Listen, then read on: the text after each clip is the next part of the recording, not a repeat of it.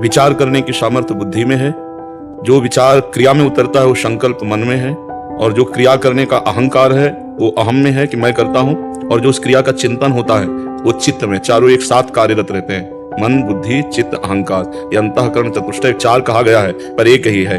निश्चय करने के कारण विचार का बुद्धि, क्रिया में उतारने का संकल्प, क्रिया का चिंतन चित्त, और क्रिया स्वीकृति अहंकार, ये चारों बातें अंतःकरण में होती हैं। और अंतःकरण में जिसके नाम चलता होता है उसका विचार शुद्ध होता है, नहीं तो बुद्धि अशुद्ध विचार करती रहती है, वो कभी शुद्ध विचार नहीं कर सकती। समझ पा रहे हो आप? भगवान से प्रेम करना बहुत दुर्लभ है, क्योंकि पहले तो हमारा ये काम होना कि इस देह से और देह के संबंधियों से सबकी ममता ताग बटोरी और मम पद मन बांध पर डोरी। सबकी ममता बटोर कर भगवान के चरणों में, एकमात्र भगवान, तब बात बनती है। अभी तो हम जैसे हाथ पे हाथ रखे बैठे हैं और चाह कर रहे हैं कि खेती हमारी बहुत अच्छी उदय और उसमें बहुत अन्न प्राप्त करें, तो फिर हमको हाथ से हाथ हटाकर मेहनत करनी होगी, हमको कर्तव्यशील होना पड़ेगा। ऐसे ही अपनी इंद्रियों को विषयों से हटाकर, मन को भोगों से हटाकर प्रभु में लगाना होगा और लक्ष्य दृढ़ रखना है, चाहे दुख आवे चाहे सुख। वीर तुम बढ़े चलो। प्रेम होता है सत्य चिद आनंदमय, प्रेम होता है प्रतिक्षण वर्धमानम, प्रेम होता है कामना रहितम, प्रेम होता है सूक्ष्म तरम, प्रेम होता है अनुभव स्वरूपम। समझ रहे हो ना? अब क्या समझोगे प्रेम के विषय में? प्रेम तो बड़ा सूक्ष्म विषय है, पर हम इतना बताते हैं कि जैसे अपनी मां से प्रेम है, बहन से प्रेम है, तो वहां हमारे दूषित भाव तो नहीं होते, पूज्य भाव तो नहीं होते। जैसे जवान बेटी अपने पिता के गले लगे तो काम भाव थोड़ी आ जाएगा। तो देखो, लौकिक भावना में भी काम की बस नहीं चलती, तो सोचो प्रेम जब जागृत होगा तो चराचर जगत में अपने इष्ट किसी और कुछ दिखाई नहीं देता है। जब प्रेम जागृत होता है तो सतचित आनंद में प्रेम है, सतचित आनंद का ही अनुभव होता है। काम जब जागृत होता है, काम की पहचान होती है, वो देह भाव में आसक्त होता है, उसमें कामना होती है, उसमें सुख लेने की इच्छा होती है, तब हमारे को लगता है कि हम इससे प्रेम करते। नहीं, वो कामना होती है, मोह होता है, राग होता है, लौकिक आसक्ति होती है, प्रेम नहीं होता है। प्रेम बहुत हट करके है। साधारण आदमी जिसको कोई शास्त्र से मतलब नहीं, किसान आदमी जो हाथ पैर धो करके पीढ़ा पे बैठ करके भोजन पाने जाए, इतनी पवित्रता तुमने गांव में देखी है। बिल्कुल शास्त्र नहीं जानते, कुछ नहीं, पर भोजन पाना तो हाथ पैर धोए और लकड़ी के पीढ़ा में बैठ के और जय भगवान हाथ जोड़ करके जमीन पर बैठ के भोजन पाए। आज चाहे वो चमड़े का जूता हो, चाहे ध्यान रखना, चमड़े की बेल्ट पहनने वाला और चमड़े की जूता पहनने वाले को गौ हत्या का पाप लगता है। अगर वो इन पशुओं से जो चमड़े निकाल कर निर्माण किया जाता है, जूता बेल्ट आदि, ये जो गृहस्थी जन इनका प्रयोग करते हैं, तो उसे गौ हत्या का दंड मिलता है,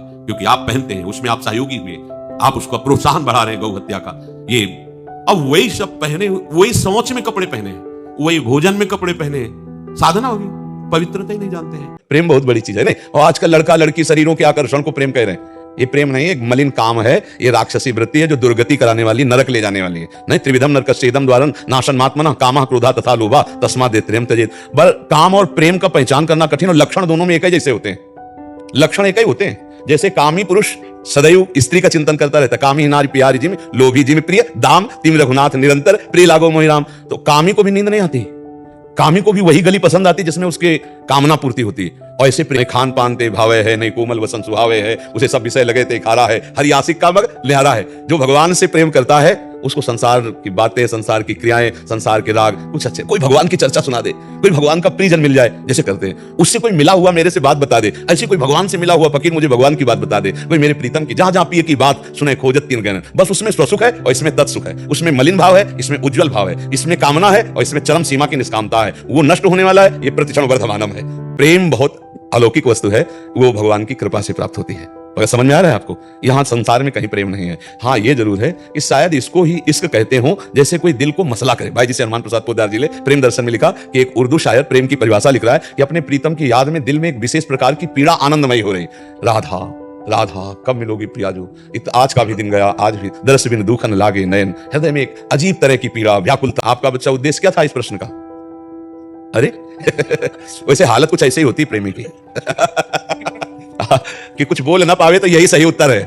प्रेम का उत्तर सही क्या है? मुंह का स्वादनवत, कुछ बोल ना पावे तो यही उत्तर है प्रेम का सही उत्तर। पर ये कहीं काम में परिवर्तित ना हो जाए, इतना संभालते रहो, भगवान का नाम जप करो, भगवान की स्मृति में रहो। हम सब भगवान के अंश है, तो हमारा जन्म सिद्ध अधिकार है भगवान की प्राप्ति करना। जैसे पिता की प्रॉपर्टी का अधिकारी पुत्र स्वाभाविक होता है, ऐसे भगवत प्राप्ति का अधिकार हमारा जन्म सिद्ध है, क्योंकि हम भगवान के अंश है।